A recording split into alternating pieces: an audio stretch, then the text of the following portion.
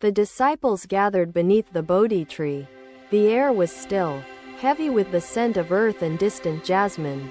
Buddha sat in quiet contemplation. His eyes reflected the moonlight, deep pools of wisdom untouched by time or desire. A young seeker approached, his steps hesitant. He bowed deeply, voice trembling with the weight of unspoken questions. "Master, I am lost," the seeker said. "I search for my true self but find only shadows and confusion." Buddha lifted his gaze. "Do you grasp water when you dip your hand into the river?" The seeker frowned. "I feel it, but it slips through my fingers." Buddha nodded. "The self is like that, felt but never held. It moves, shifting as thought and perception change." The seeker lowered his head. "But I must have a true identity. Something constant beneath the illusions." Buddha gestured toward the sky. The clouds drift, yet the sky remains untouched. Thoughts are clouds, the mind is the vast sky. The seeker breathed deeply. "So, I am the sky, not the clouds?" Buddha smiled gently. "You are neither. The sky itself is empty, boundless, without attachment to what moves through it." The disciples listened, their breaths aligning with the rhythm of the wind stirring the leaves. A second seeker stepped forward, eyes filled with longing. "But I fear losing myself. Without identity, where do I belong?" Buddha picked up a fallen leaf. "Does this leaf belong to the tree, or to the earth that will claim it?" The seeker hesitated. It was the tree, but now it will become soil. Buddha released the leaf. "All things belong to the whole, shifting in form but never ceasing. You are not separate." The seeker pressed a hand to his chest. "Then why does my heart ache when I feel alone?" Buddha closed his eyes. "The ache comes from resistance. The mind clings to separation, believing it is real." A third disciple spoke. "How do we stop clinging?" Buddha pointed to the river beyond the trees. The river does not grasp at its reflections. It flows, unburdened. The disciples sat in silence. The breeze carried whispers of understanding between them. Unseen but felt, Buddha rose. "When you release the illusion of self, suffering dissolves. Walk as the river, free, unbound, ever-changing." The seekers bowed deeply, gratitude in their movement. The lesson settled into their bones like warmth in winter.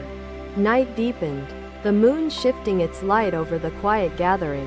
The river continued its endless journey, and within each heart, the truth of Buddha's words rippled outward, touching everything, leaving nothing unchanged. Another day, another lesson.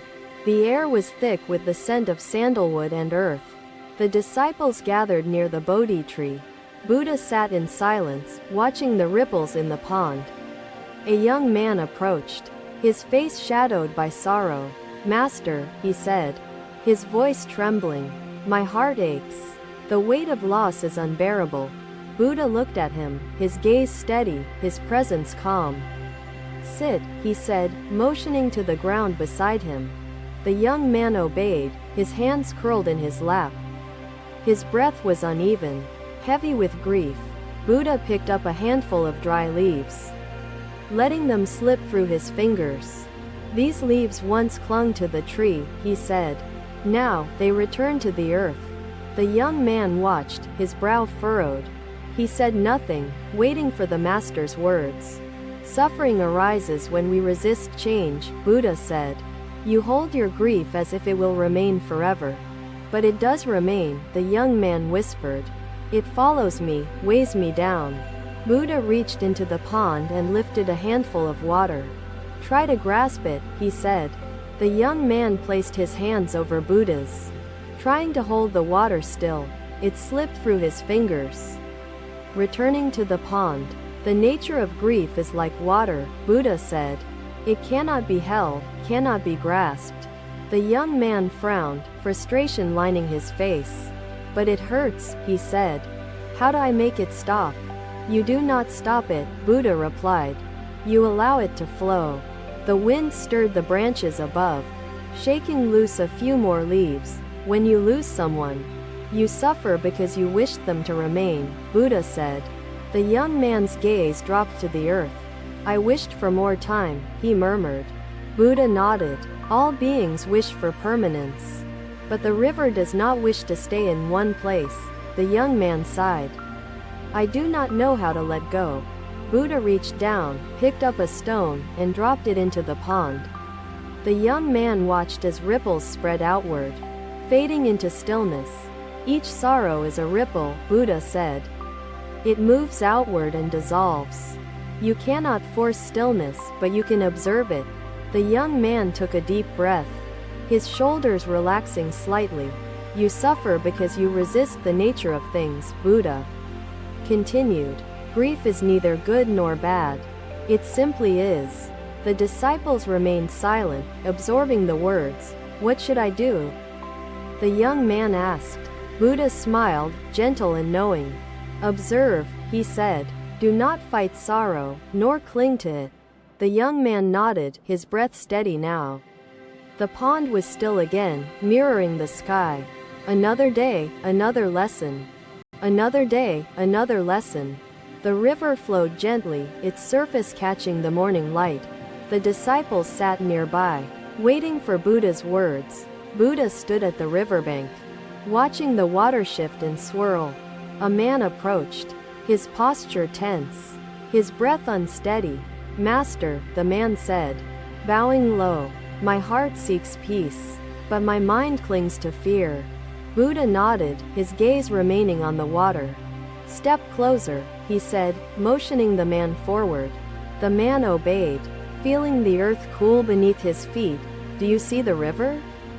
Buddha asked, his voice quiet yet firm. The man nodded, his eyes tracing the current's endless motion. It flows, Buddha said. It does not resist, it does not cling. It does not fear. The man frowned. But I am not water, he said. I am bound by thoughts that refuse to leave me. Buddha reached down, picking up a small leaf.